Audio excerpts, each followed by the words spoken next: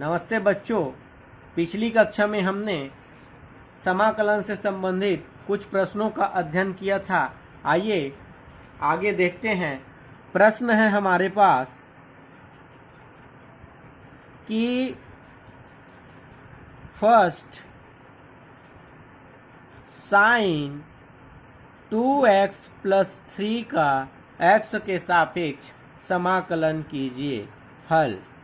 तो इसलिए समाकलन को हम लिखते हैं I = समाकलन साइन 2x + 3 dx। ये सर्पिलाकार निशान और ये dx दोनों सम्मिलित रूप से समाकलन को प्रदर्शित करते हैं। अब माना जो 2x + 3 है वो u के बराबर है। मान लो हमने यह मान लिया 2x + 3 है वह u के बराबर है, तब इसका x के सापेक्ष क्या करेंगे? अवकलन करने पर। यहाँ समाकलन ज्ञात कर रहे हैं, लेकिन हम यहाँ क्या कर रहे हैं? जो वैल्यू माना है उसका अवकलन कर रहे हैं। तो 2x का अवकलन क्या हो जाएगा?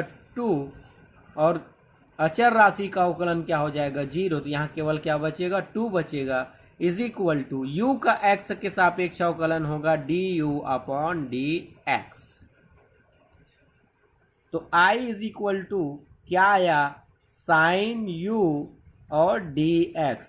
यहाँ साइन u है और इन dx है, तो dx के सापेक्ष साइन u का समाकलन नहीं हो सकता। इसलिए हमको dx को किस में बदलना पड़ेगा? u में बदलना पड़ेगा, ताकि साइन u का u के सापेक्ष अवकलन हो सके। इसलिए यहाँ से हम dx का मान निकाल के यहाँ रखेंगे। तो dx को इस साइड क्या करें? तिर्यक गुणा करें। तो dx = 2 को दूसरी तरफ करें तो 1/2 du। अब dx का मान 1/2 du आया, उसको यहाँ रख देंगे। तो I = integration sign u × 1/2 du। तो I = 1/2 को हमने क्या किया? बाहर किया, क्योंकि उसका समाकलन नहीं होगा। और समाकलन साइन u du। अब साइन u का समाकलन जो है u के सापेक्ष करेंगे, तो I = 1/2 साइन u का समाकलन होता है -cos u। साइन x का समाकलन जैसे -cos x होता है, उसी प्रकार से साइन u का समाकलन -sin u। अब u का मान जो हमने रखा था, जो माना था, उसको फिर से यहाँ रख देंगे। तो I = ये माइनस सामने आ जाएगा 1/2 cos 2x + 3। तो ये है साइन 2x + 3 का समाकलन करने पर हमको प्राप्त होता है आंसर -1/2 cos 2x + 3। आइए कुछ प्रश्न और देखते हैं।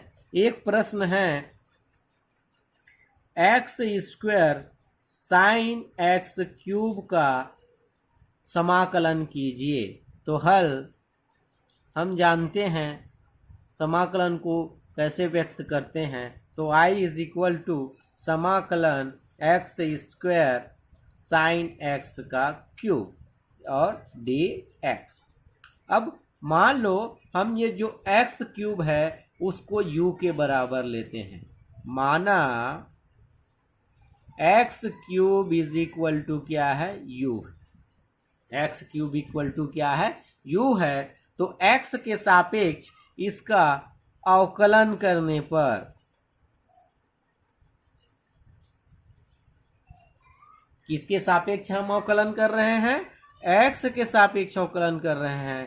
तो x³ का अवकलन हो जाएगा 3x²।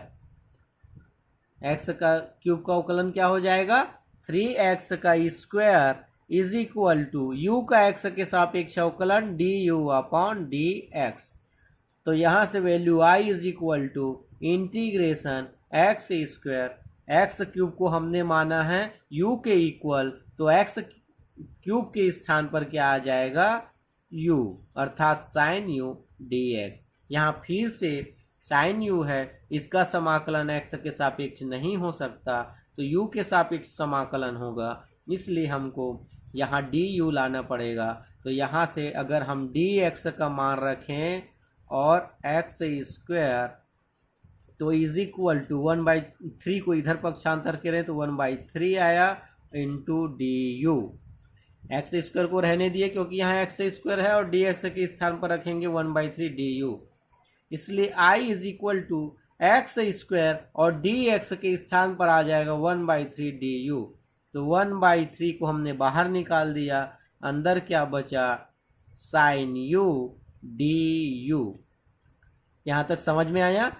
X square into dx ये है, इसके स्थान पर हमने रख दिया 1/3 du। यहाँ एक्स स्क्वायर dx के स्थान पर 1/3 बाहर निकाल दिया तो साइन u du।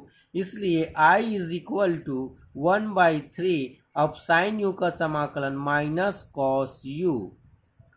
फिर से u का मान यहाँ से हम रख देंगे जो वैल्यू माना था, तो -1/3 कॉस x का क्यूब ये होगा वैल्यू। अगर हम sine square x square sine x cube का समाकलन करेंगे तो इतना आंसर हमको प्राप्त होगा। आइए अब दो राशियों के मध्य समाकलन कैसे किया जाता है, अर्थात दो सीमाओं के मध्य समाकलन कैसे किया जाता है उसका अध्ययन करते हैं। तो प्रश्न है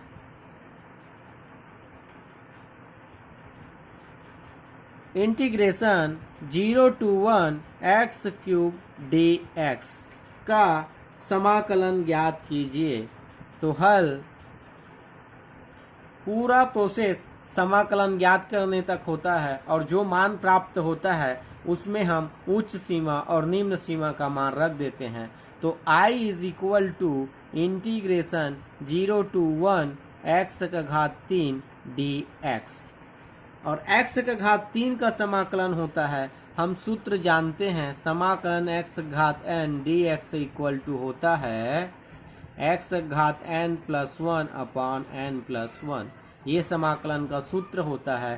तो इस सूत्र को मान रखेंगे तो क्या हो जाएगा, i is equal to x power 3 plus 1 upon 3 plus 1 और ये उच्च सीमा 1 और नीचे निम्न सीमा। हमने x क्यूब को इस सूत्र में x घात n सूत्र से कैसे किया, x का power n plus 1 upon n plus 1। तो i इज इक्वल टू क्या आया, x का पावर 4 अपॉन 4 और उच्च सीमा 1 निम्न सीमा 0। अब x के स्थान पर इस उच्च सीमा और निम्न सीमा का मान हम रख देंगे तो क्या होता है, उच्च सीमा माइनस निम्न सीमा। तो यहाँ से i is equal to x 1 का पावर 4 अपॉन 4 माइनस 0 का पावर 4 अपॉन 4। तो सॉल्व करेंगे तो ये वाला पोर्शन क्या हो जाएगा, पूरा 0 और 1 का घात कुछ भी रहे उसका मान क्या होता है, 1 ही होता है, अर्थात 1 ही होता है। तो i इज इक्वल टू बचा 1/4 माइनस 0, तो i इज इक्वल टू आएगा 1/4। ये होता है दो सीमा दिया है अर्थात 0 और 1 के बीच x क्यूब का समाकलन। आइए कुछ प्रश्नों को और देखते हैं। अगर हमें प्रश्न दिया है, प्रश्न है हमारे पास 0 से π/2 cos x dx का समाकलन कीजिए 0 से π/2 के मध्य। तो हल i इज इक्वल टू समाकलन 0 से कहाँ तक, π/2 तक cos x dx। इसलिए समाकलन करेंगे तो वैल्यू हमारा क्या प्राप्त होगा, i is equal to cos x का समाकलन होता है sin x। cos x का समाकलन क्या होता है, sin x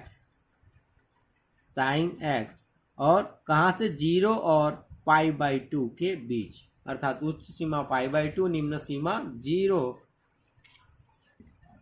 तो आइए मान रखते हैं उच्च सीमा माइनस निम्न सीमा अर्थात साइन x के स्थान पर π/2 माइनस साइन x के स्थान पर 0, उच्च सीमा माइनस निम्न सीमा।